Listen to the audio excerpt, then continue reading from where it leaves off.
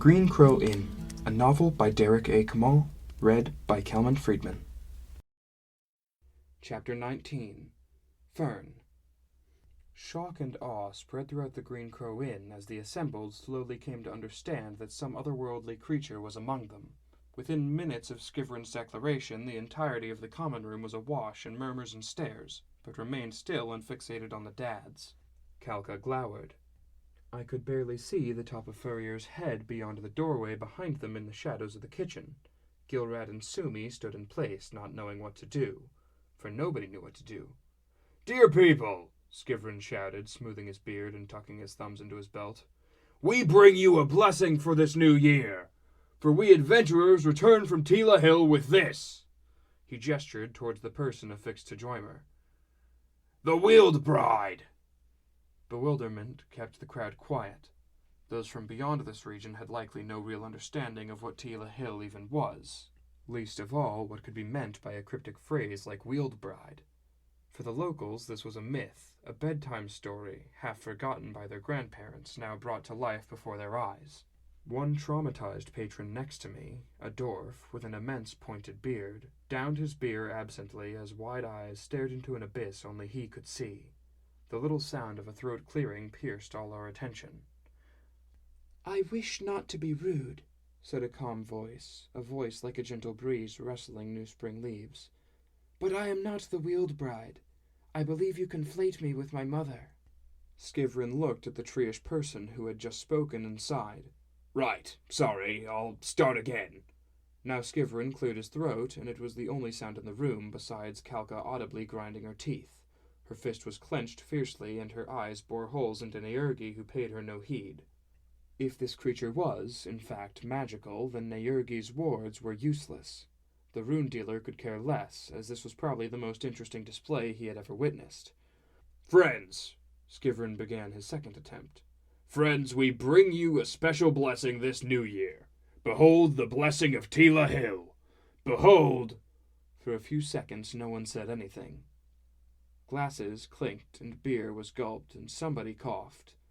Then the apparent captive spoke again, and all beheld their voice. "Fern." More quiet. From behind, Furrier spoke up. "His name is Fern? You're putting me on." Began Skivrun. "My true name would be, let us say, a challenge for you all," said Fern in the same calm tone. Their already odd appearance was even more outlandish from their position in Joymer's harness. Fern's little legs dangled underneath their tunic like branches. They lifted a hand towards Skivrun. "So I chose to offer a simple familiar moniker when the gentleman in question approached and their intention to abduct me became obvious." Joymer coughed a monumentally embarrassed laugh. "Fern is always saying funny things like that." Fern, unable to look squarely at Joymer behind him, turned their head as far as they could. "I meant no jest. Your intentions were clear after your third attempt to approach me earlier this year, as you count the days. With so aggressive a winter upon us, and with you lot displaying no thought of halting, I opted to give up the chase, lest you all perish of exposure in my wood. May I be let down, please? As I say, I have given up the chase and will not flee yet.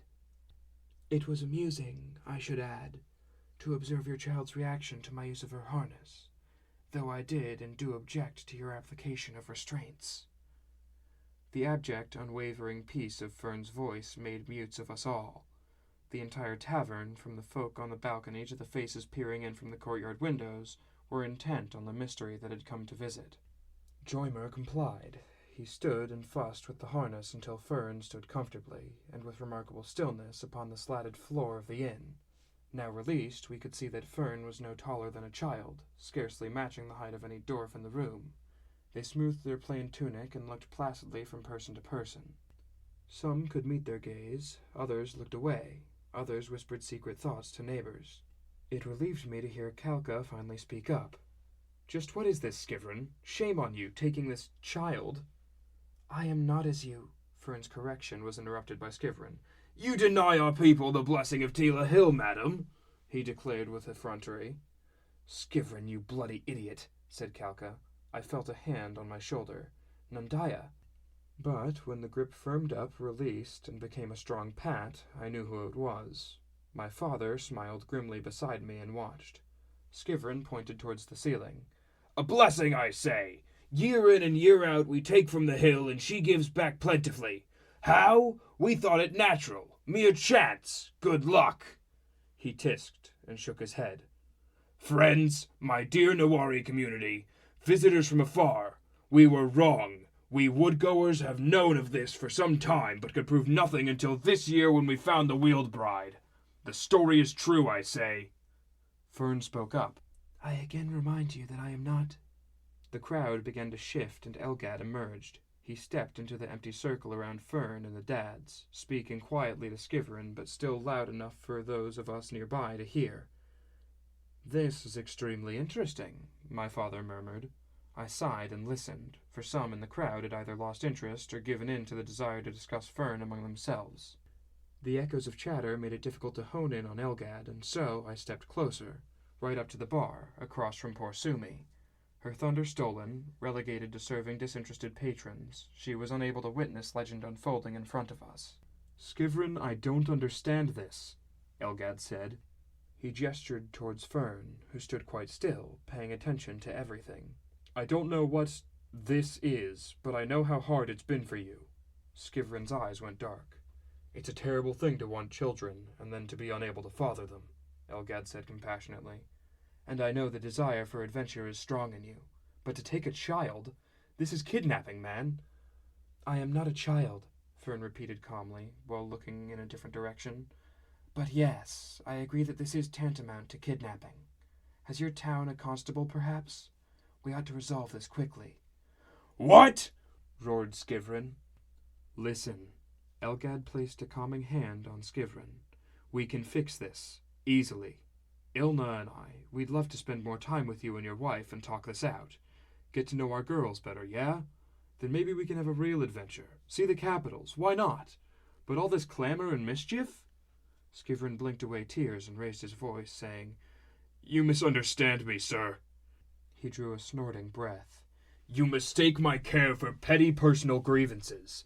The power that Fern has shown on Tila Hill, for it is Fern who restores the hill every season, could do marvelous things for Nawari." "At the risk of repeating myself, it is you who misunderstands," Fern said, fixing their attention on Skivrun. "The extent of my realm is Tila Hill, and only the hill, per the terms of the agreement between the peoples of this land and my forebearer. That pact was sealed, and it is unalterable. I wish you a good new year. If, perchance, it is your hope that I can offer some solution to the issue of fertility described by the gentleman here." They gestured towards Elgad. "I'm afraid I cannot. May I leave now?" "No!" shouted Skivrun, and suddenly there was a red cloak among them. "You will let Fern go, and I will return them to the wood." "Nandaya!" I cried, and then blushed immediately as dozens of eyes turned my way. I said that aloud. My father nodded. But it was indeed her, and I was, indeed, happy to see her. Skivrun was not. "You will step aside, madam," he shouted, and clasped a hand on Fern's shoulder. "We've no intention of letting anyone go until this is settled. Until we have our blessing. New life for the new year!" Elgad took a step, standing between Skivrun and Nandaya. The latter frowned. Her mouth became a straight, determined line. Her hand moved towards something under the cloak. Tensions rose. "Yeah, let Fern go," shouted Naogi with a laugh. "Let him go," cried another dwarf. "Best party ever," shouted Gilly. "Shut up, the lot of you!" bellowed Skivrun. He flicked his wrists, and there was a spark of blue, but nothing more. Muttering curses, he turned, released Fern, and began to fuss with the device on his arm. Whether for drink, simple goodness, or plain ignorance, the Green Crow Inn took up the chant. "Let Fern go! Let Fern go!" All the implications of Fern's existence appeared to be brushed aside. There was no need for discussion or contemplation, as the reality was plain. This creature did not belong here and should not be contained against its will. Let Fern go! One woman tumbled inside the inn from a rear window and was cheered. Let Fern go! Furrier cackled, revealing a large glass of wine and joining the chant. Let Fern go! Gilrad shrugged and Sumi smiled. Let Fern go! Calca watched as someone shouted, I don't know what's happening, but I love it! Let Fern go! My father laughed and shook his head. This is madness, he said in my ear. But why not join in? Let Fern go! And just as it seemed Skivrun's hope would turn true, that there would be new life for the new year, albeit in a different way, a collective gasp shattered the chant. Skivrun gave up on Blue Flame and instead pushed Elgad aside and lunged at Fern. In a blink, Nundia was between them, crouched in a fighting stance, one hand releasing the sheathed blade at her hip. Fern did not budge. Calca's body tensed as if to spring. I could see Nundia's face, only in part, and was somewhat glad, for her scowl was fearsome, and it stopped Skivrun mid-stride. He gasped and frowned, as if in pain, breathed heavily, and then unleashed a cry of anguish. Get out of my way! He shouted, and plunged through the crowd, disappearing through the front doors into the cold night. Moments passed in thorny quiet. Joymer, Herwig, and the other dads shifted awkwardly, neither fleeing nor joining the party. Elgad, Ilna, Calca, and a few others raced after Skivrun. Nundia remained on guard by Fern, who stood with a stiff and tree-like posture. Sumi, having drained her glass, once more leapt upon the bar. Having nothing else to say, she shouted, Is it still being a new year, no? Let's party! Right on time, Ivor the minstrel struck a chord and began a familiar medley.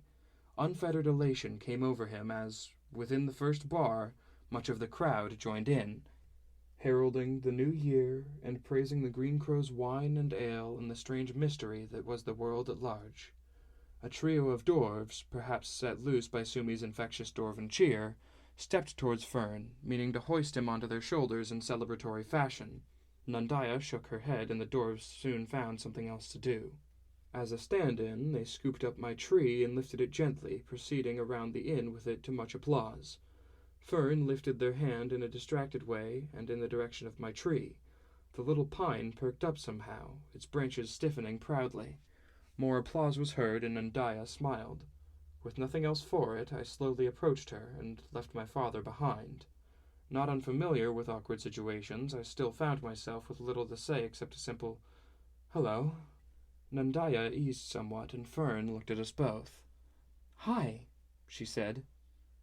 "It is good to see you. Very good."